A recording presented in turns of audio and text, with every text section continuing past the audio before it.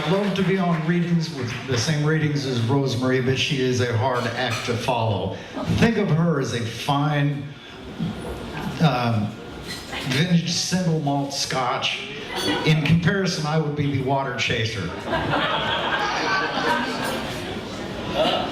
Well, I'm going to try and keep with the humor theme a little bit and read something that I've read before, but I see a lot of unfamiliar faces, so I think I can get some more mileage out of this piece. But it is about April. It is about April Fools. April Fool's my favorite holiday of the year. I get to lie with impunity. Impunity is my sister-in-law's name, by the way. I wrote a serious poem. April Fools, it's about truth. April Fools, this will save you time. April Fools, it'll save you money.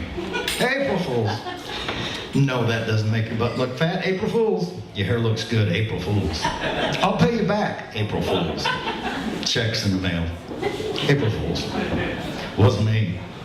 April Fools, I promise I'll never do it again.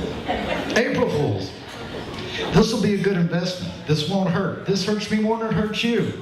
Your baby's absolutely beautiful. I just had the one beer, officer. I promise I'll respect you in the morning. I'm starting on my diet Monday. I will not lie to you. Read my lips. No new taxes. Change you can believe in. Yes, we can. Affordable health care for everyone. Job creation. I am not a crook. I did not have sex with that woman. You're the only one. 9 inches. I love you. I love you too. April Fools. Give me your tired, your poor, your huddled masses yearning to breathe free. April Fools! Wouldn't it be nice to celebrate April Fool's Day every day of the year instead of having just one day where we yell out something to let people know we didn't really mean it? I wrote a not so serious poem. April Fools.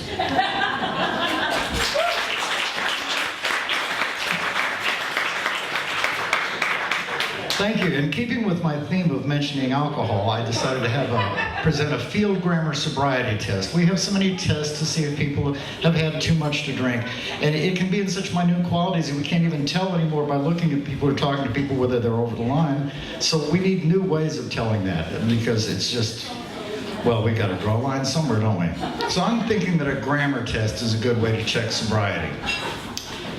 As a cost-saving measure, we can eliminate the expense of the balloon test for alcohol testing, along with providing a much more accurate assessment of degree of intoxication than dancing the Macarena or reciting the alphabet backwards, which is a skill that is not being taught in school. We do teach grammar, and it does tend to erode in proportion to the amount of alcohol consumed. To administer this test properly, we need to ensure that police officers are adequately trained in grammar and rhetoric, both in speaking and interpreting responses. The officer can start a field sobriety test with a simple question: have you been drinking? The officer can then assess alcohol consumption through the grammar and rhetoric of the response. I've drunk is an indicator that the individual has excellent control over grammar and is being honest. The officer should simply let the person go. I'm drunk indicates the individual still has sufficient control over grammar, is being honest, but is self-evidently over the line for controlling a motor vehicle. The officer should drive the person to Denny's for breakfast with coffee. I was drunk clearly indicates higher alcohol consumption or lack of literacy, either of which is a reason for concern.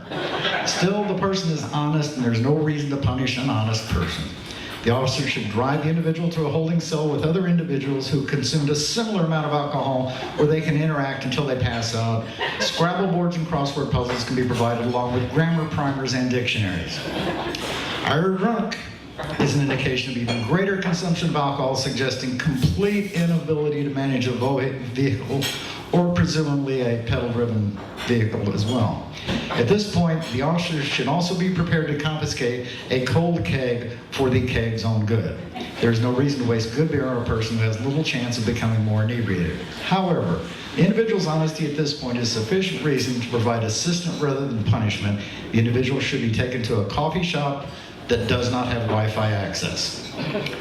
I drunk is a clear indicator both of honesty, and the individual has completely lost the ability to manage helping verbs. The individual should immediately be transferred to an education facility offering basic grammar and rhetorical instruction. Omission of the pronoun I in response to simply drunk suggests the use of a slightly higher degree of education, incorporating philosophical discourse and existentialism into the curriculum listed above. The officer must also be prepared to engage negative responses appropriately. I've not drunk.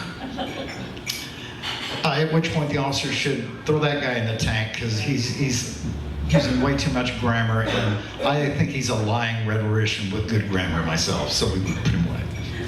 All right. Thank you. This last one I was in the process of writing when Bob called to tell me that I was probably going to be late because I thought the event was at 6 o'clock. So if it's out of order, blame me for not getting used to daylight savings times. I feel like such an idiom at times. When a Smokey Bear pulls you over and asks, "Where's the fire?" should you respond with, "Wait, don't you know?" Does curiosity kill all 9 lives of a cat at once? No, really, I'm curious. If you fish for a compliment, should you use natural bait or artificial lures? A ton of people is not really that many. You can get them all into one elevator. If I freeze to death, can I be cryogenically preserved until they find a cure for my cause of death?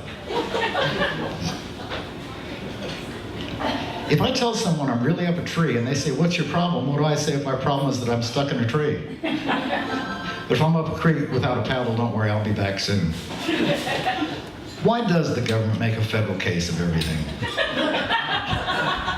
If I search high and low and hither, thither, and yon, have I covered all the bases? Can I get the living daylight scared out of me at midnight? Why is walking on air better than walking the floor? Is the middle of the road really the best compromise when you're on a 2-lane highway? Would you rather have a fat chance or a slim chance? What's the difference between eating like a bird and eating like a horse if all you have is grain? Should you give someone the eye before you give them the finger? I started going on a wild goose chase once, but when I got too close, the wild goose started chasing me. Stuck my foot in my mouth once, and actually that prevented me from saying anything stupid. Is your neck of the woods between the shoulder of the woods and the head of the woods? Can my shoes fit like a glove?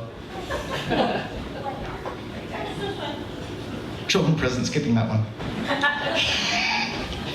Is getting off to a flying start a good idea when you're going down a flight of stairs? Thank you.